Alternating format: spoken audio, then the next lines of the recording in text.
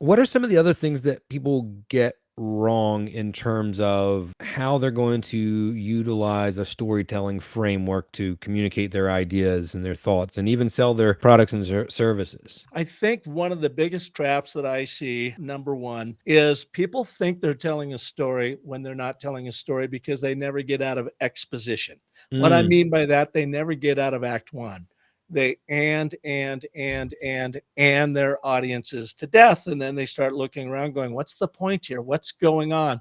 They haven't inserted a complication or a problem that really connects with the limbic brain and gets it to sit up and go, oh, okay, well, then what happened? Or a plot twist yes. that leads to then that natural call to action. So I think the first challenge people have is they're not actually telling a story.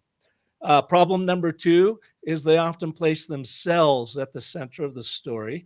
And that's okay when you're telling stories about yourself, but they have to be told from the point of view of your audience. So your audience can appreciate what you went through in the hopes that then they'll say, hey, you're like me. I've been through something very similar to that.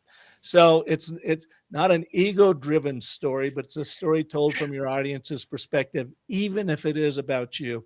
And then I think the third thing, Rain, that most businesses make, the mistake they make, and especially in the B2B world, is your story is not about what you make, but what you make happen Ooh. in people's lives. Outcomes always trump offerings in a story. So tell a story from your audience point of view, make it about them, even if you're the central character in this story, and then talk about the outcome that you make happen in their life, not about your product or service.